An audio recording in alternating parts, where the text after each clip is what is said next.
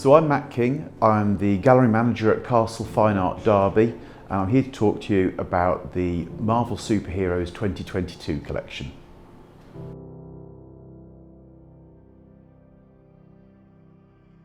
The Marvel Superheroes 2022 collection. This was the first collection of Marvel Superheroes artwork that we published, but it's the last collection of Marvel Superheroes collection that we're going to release. There are 6 images. Each one was specifically collated and brought together by a small group of people, including the late great Stan Lee.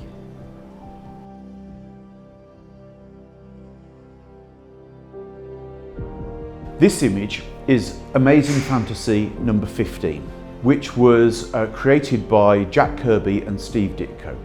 It was published in August of 1962. It's notorious for being the first ever commercial appearance of Spider-Man. Spider-Man went on to be Marvel's biggest and most important flagship character and represented, it's estimated, around 2/3 of their commercial success. This comic, The Amazing Fantasy, is not Spider-Man's own comic. It was a comic that was published as a tester for different characters. This comic, when it was released, did so well, it became one of the most read comics of all time instantly. And over time, it has been one of the most collected comics. To gain a good quality copy of this comic will cost you a small fortune. It's obviously one of Stan's favourite comics and one of the most important comics to Marvel collectors. That image of Spider-Man in his classic costume, drawn by Steve Ditko, created with Stan Lee and Jack Kirby. It's just magnificent.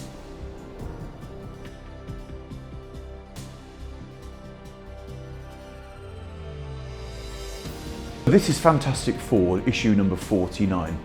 Back in 1961, when Stan Lee was relaunching Marvel Comics in their new branding, he wanted to bring in a new group of characters. He looked at his rival DC Comics and saw that they had got a team of superheroes, and he liked that idea, apart from they were all a bit too perfect. So he loved the idea of bringing in a family. They became known as Marvel's first family, the Fantastic Four, where you had different relationships that you might find in a family unit and of best friends. In this comic, they bring in the character of Galactus and his herald, the Silver Surfer, who are iconic characters within the Fantastic Four and massively important to the Marvel Universe.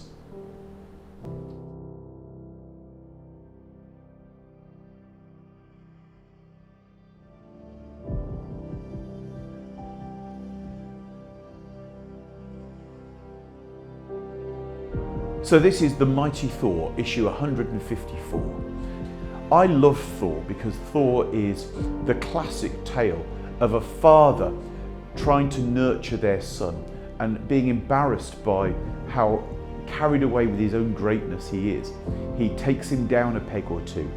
Of course, in Thor's case, that's Odin sending Thor to Earth to live amongst human, normal people to learn a little bit of humility.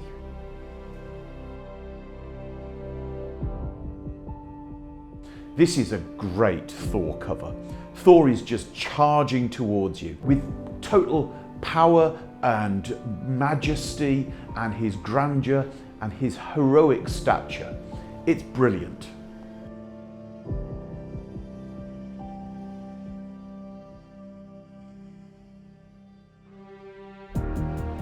This is The Amazing Spider-Man, king size number 6. The king size was like their annual that they released each year, a thicker version of a comic that could develop a larger story.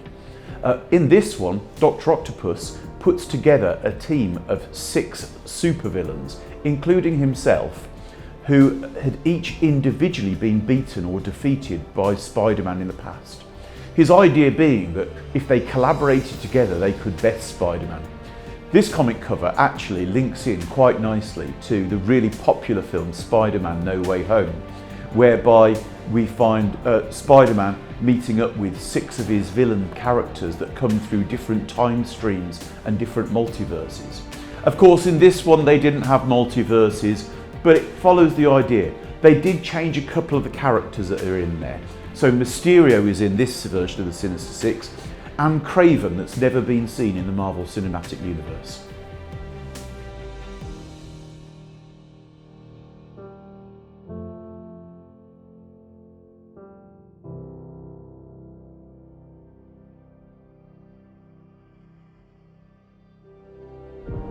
This is Avengers issue number 4 from 1964. In this issue, they included a new character, that of Captain America. Well, I say new because he wasn't really new.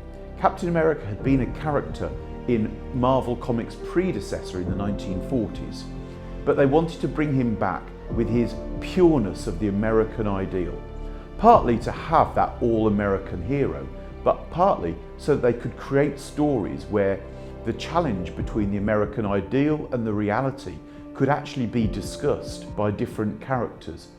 Later on, Civil War discussed exactly that.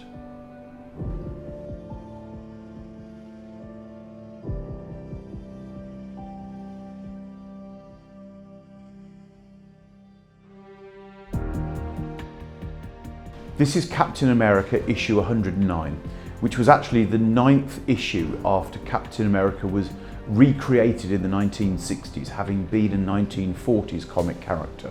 A few issues in, they realised that the backstory, where they had tried to connect the modern Captain America to his predecessor, was a little bit lacking.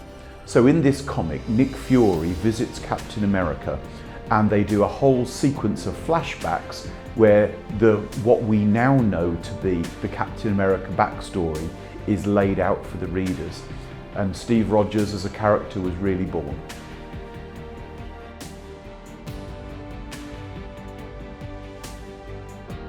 There is also a very exciting opportunity for the complete collector to acquire the complete set of all 6 images, matching edition numbered, put together, either on box canvas, or there is also a paper option which you can have framed or in presentation beautiful packaging. So have the collection of all 6 matching edition numbers on this, the last Marvel Superheroes collection that we're going to be releasing.